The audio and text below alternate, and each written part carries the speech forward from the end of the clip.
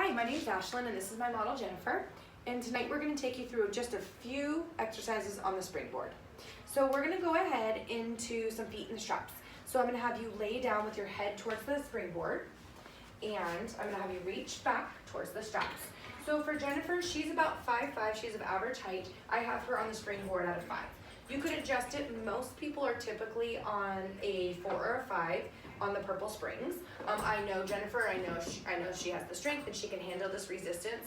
What I want to watch is I want to avoid her tailbone having so much resistance that it's lifting, elevating her tailbone off the ground. I want to make sure she's staying planted. And so from here, we're just going to go ahead and go into just some quick lower and lifts. And that looks really great. If you had a client, continue through that, please. If you had a client who was having a little bit trouble steadying on the ground, you could always have them put their hands above them. There is a dowel that they can reach back and hang on to if they needed extra support. But Jennifer is a little bit above this, so I'm gonna have her go ahead and keep her hands down at her side. And once again, the lowering lifts, I want you just to stay in your range of motion where you can keep your spine in neutral. If you go down too far, you'll feel your spine overarching, and if you go up too high, you should feel your spine imprinting. So what I'm looking for is that small window where you can keep your spine in neutral and you're not overarching through your back, and that you're keeping your hips and your pelvis stable. Okay, so from here, we're gonna go into a frog. So we're gonna touch our heels and spread our knees out, and we're gonna bend, go down to about 45 degrees, and we're gonna bend our knees in and out. Steadying them out, keeping them at that 45-degree angle. In and out.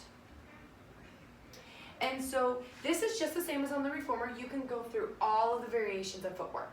You can even add some more variations by moving it up, things like magician or airplane. But for tonight, we're just gonna go through these two. So on this next one, I'm gonna have you carefully bend your knees and release the springs. There you go. And so from here, I'm gonna go ahead. We normally, when we're done with an exercise, keep the purple springs stored at a 5. And we kind of just fold these up for safekeeping onto the number 2. But for this next exercise, we're gonna go into a little bit of thigh stretch. And with our thigh stretch, we're gonna use the roll down bar.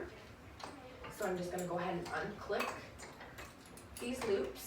And it's really nice to just kind of store them here on the bottom roll down bar. And you can just easily clip them on. And for thigh stretch, I normally want this around an 8 because the client is going to be on the ground and we want there to be resistance. We want it to be helping support her, but we also don't want it to be flinging her forward. So we're gonna give it a try on an 8 based off of Jennifer's height.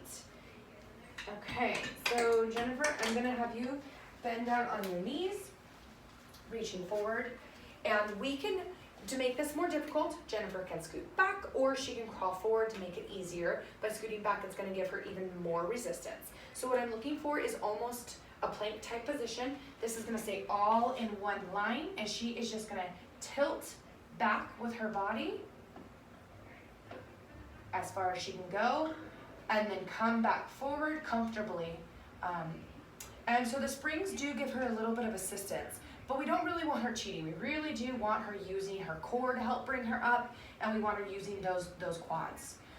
It is called thigh stretch, but it's really not a stretch. It doesn't take a lot of these to get those thighs burning.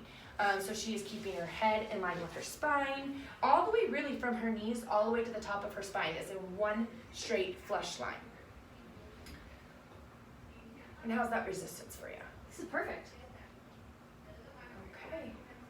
So let's end on this one. And from here, we're gonna go ahead into some side arm work. So what I'm looking for in our side arm work is actually it to be slightly above or equal to her elbow. So Jennifer, let's see where your elbow is. So let's put you at a 7. And so I'm gonna move these to a 7. And since we're gonna be doing side arm work, I'm gonna switch her back to the triangle hoop. As you can see, this is super easy to switch in and out between exercises.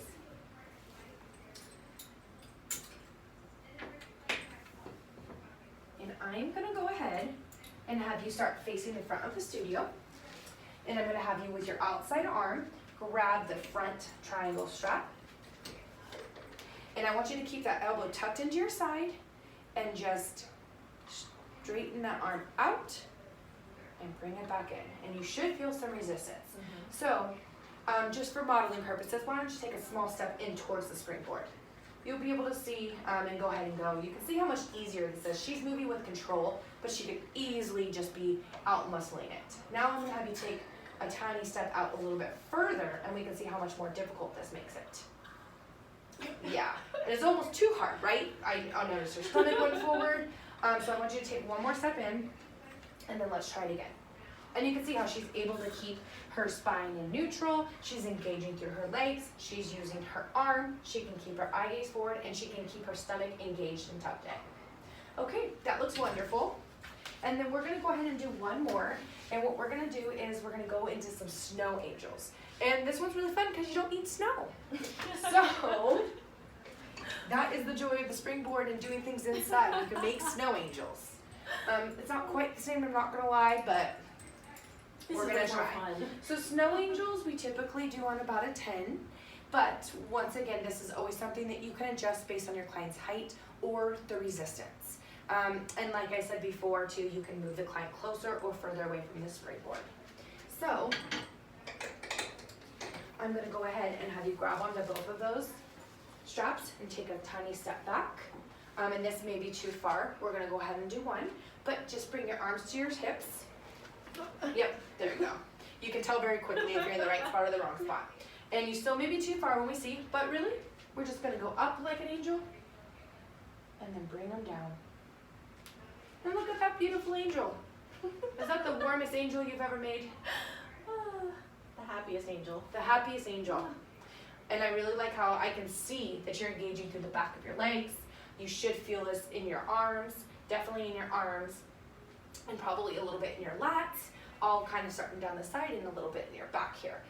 Keeping your eye gaze forward. Let's go ahead and do one more. And then carefully release the springs. So that was wonderful. Those are just a few exercises that you can do on the springboard. There is tons more, and it actually can be quite a lot of fun. There are also other versions of the springboard. You can use the RTC, and you can also have other modifications like a tower, depending on what brand and what model reformer you're using. So thank you so much for tuning in with us tonight, and we'll talk to you soon. Thanks.